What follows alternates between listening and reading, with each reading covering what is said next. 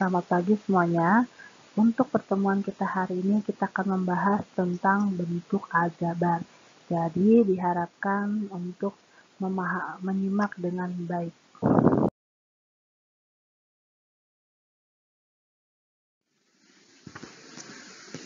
Pengertian bentuk aljabar. Aljabar itu bentuknya seperti 2A bisa min 5B, bisa 8XY, 8X kuadrat, 8K plus 3, min 8P kurang 2Q, dan 4X kurang 2Y tambah 8. Ini disebut bentuk aljabar, yaitu yang terdiri atas variabel atau gabungan bilangan dan variabel yang terkait dengan operasi hitung. Jadi bentuknya aljabar ini ada huruf-hurufnya, ada variabelnya. Nah, ini Ibu hanya kasih beberapa contohnya bentuknya saja. Jadi ini bukan patokan bentuk aljabar.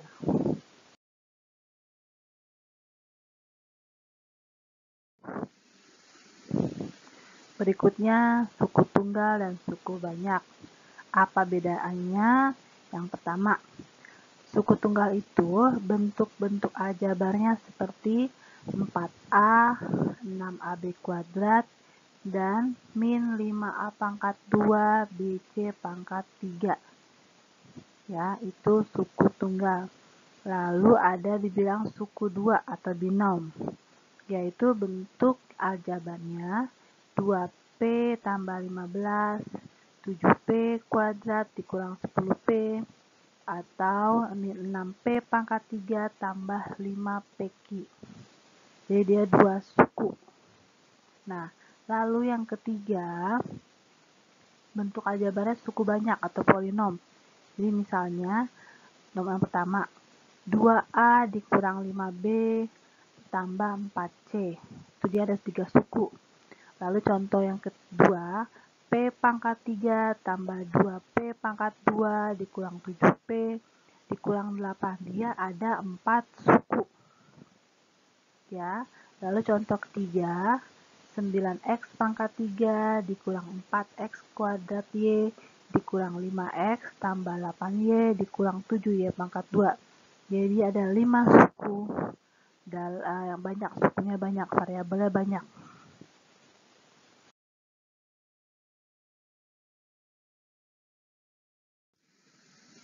Berikutnya suku-suku sejenis.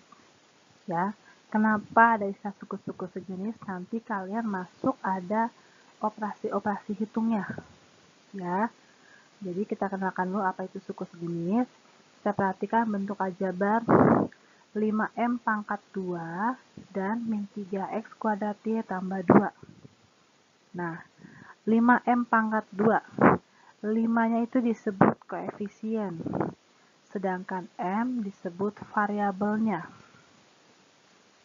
Nah, tadi min 3X kuadrat Y tambah 2. Ya, min 3-nya itu adalah koefisien. Ya, sedangkan X kuadrat Y itu variabel. Dan 2 itu dia konstanta, jadi tidak ada variabelnya. Nah, kita ingat-ingat aja dulu itu tentang sebuah koefisien, variabel, dan konstanta. Nah, suku-suku yang sejenis pada bentuk aljabar hanya boleh berbeda pada koefisiennya. Jadi dilihat hanya bagian belakangnya saja, bagian variabelnya saja. Itu yang dinamakan suku sejenis.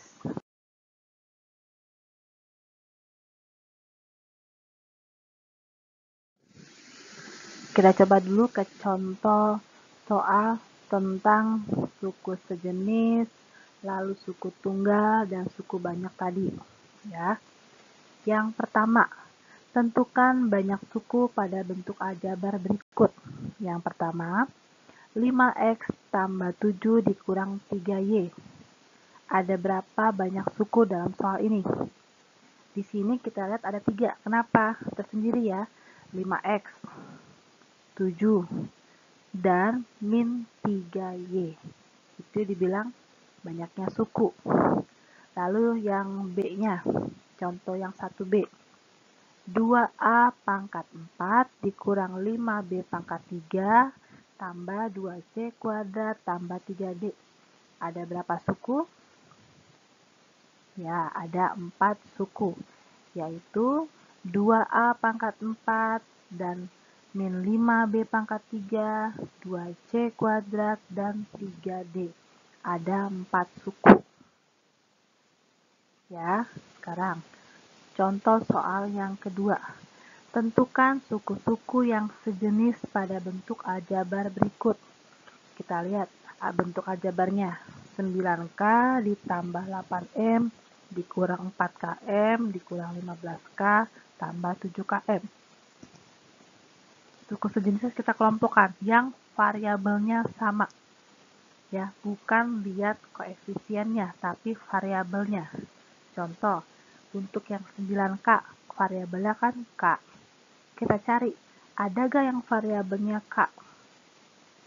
Nah, ternyata ada. Yang sejenis dengan 9K yaitu min 15K. Sama-sama variabelnya K. Lalu lihat lagi, sekarang yang 8M, variabelnya M. Berarti kamu cari yang variabelnya sama dengan 8M. Ada tidak yang variabelnya M saja?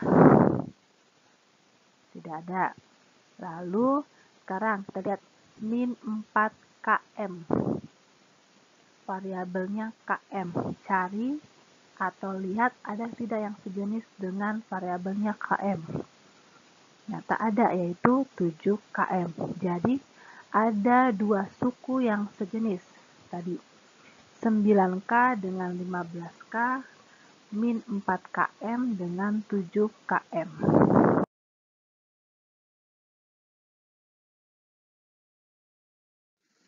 Nah, kalau kalian sudah paham tentang suku-suku sejenis, nanti bisa kalian mengerjakannya di operasi hitungnya. Nah, kita coba dulu yang paling sederhana dulu, yaitu penjumlahan dan pengurangan bentuk aljabar. Ya, tolong diperhatikan baik-baik. Nah, untuk penjumlahan dan pengurangan bentuk aljabar, nanti kalian akan melihat sifatnya, yaitu pertama suku-suku yang sejenis, lalu sifat distributif sekalian terhadap penjumlahan maupun pengurangan. Nah, nanti hasil penjumlahan maupun pengurangan pada bentuk aljabar dapat disederhanakan dengan cara tadi, mengelompokkan mana suku-suku yang sejenis.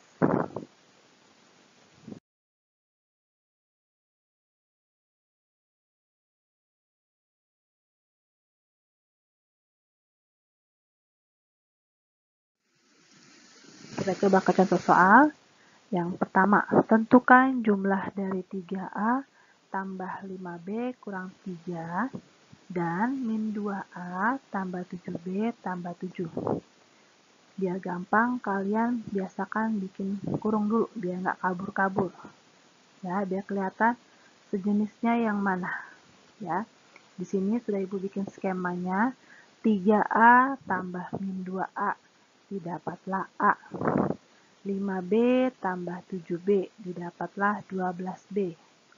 Min 3 tambah 7 hasilnya 4. Kasih kesimpulan. Jadi 3A tambah 5B kurang 3 kalau dijumlahkan dengan min 2A tambah 7B tambah 7 yaitu A tambah 12, B tambah 4. Itu contoh soal yang pertama. Yang kedua, sekarang kurangkan 5P kurang 3Q dari 9P kurang 6Q. Kemudian sederhanakan kalau bisa disederhanakan.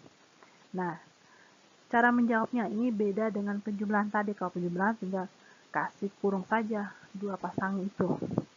Nah, untuk pengurangan kalau dibilang kurangkan bla bla bla dari, berarti dibalik, bagian belakang jadi pindah ke depan ke belakang, ya, bukan depan dikurang belakang, bukan, karena dibilang dari, ya.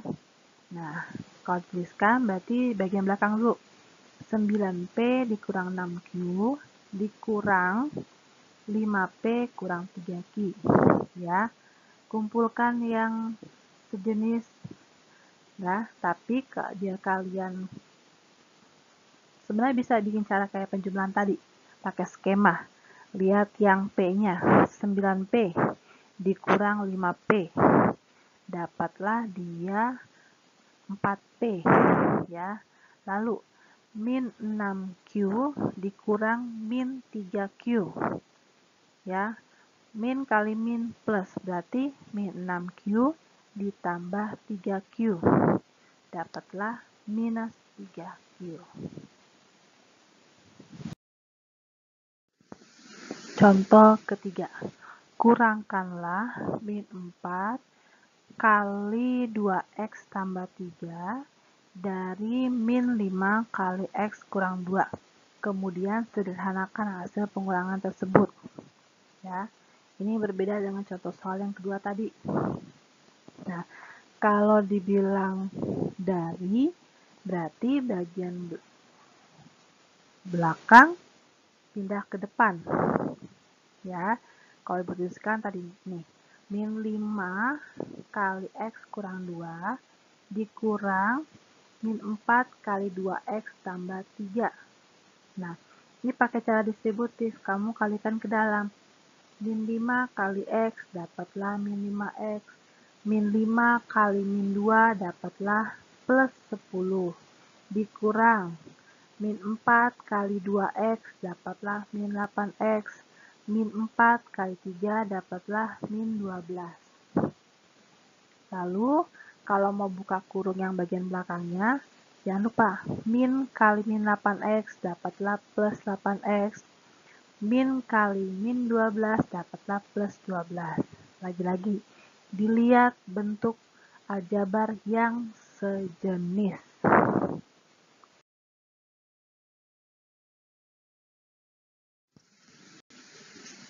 Perkalian bentuk aljabar, perkalian suku tunggal, ya. Dia berlaku sifat komutatif. Sifat komutatif itu kalau kalian tukar posisi, dia hasil akhirnya juga sama, ya. Ini untuk perkalian suku tunggal. Contohnya yang pertama, A kali 7 kali B. Akan sama kalau kalian putar dari segala arah. Misalnya, 7-nya bagian depan, variabelnya yang belakang. Nanti hasil akhirnya juga 7AB. Tuh. Nah, sekarang yang B. 5 kali Y kali min 2X kali Y. Kalau kalian balik-balik tukar-tukar posisinya, nanti akhir-akhirnya juga min 10XY kuadrat. Jadi, sifat perkalian itu yang berlaku komutatif. Ya, untuk contoh yang kedua tidak jauh berbeda dengan contoh yang pertama. Yang ini hanya dikumpulkan saja P-nya. Kalau P ketemu P, dia nambahnya berapa? Ya, contoh yang pertama coba lihat. Min 6 kali 4P kali min 2Q kali 3PQ. Angkanya dikelompokkan semua, variabelnya di belakang. Nah, dapatlah 144 P pangkat 2 Q pangkat 2. Dari mana P pangkat 2 Q pangkat 2? Kalau kita lihat kan perkaliannya P-nya tadi 1. Lalu dikalikan lagi. Jadi P-nya pangkat 2. Seperti itu.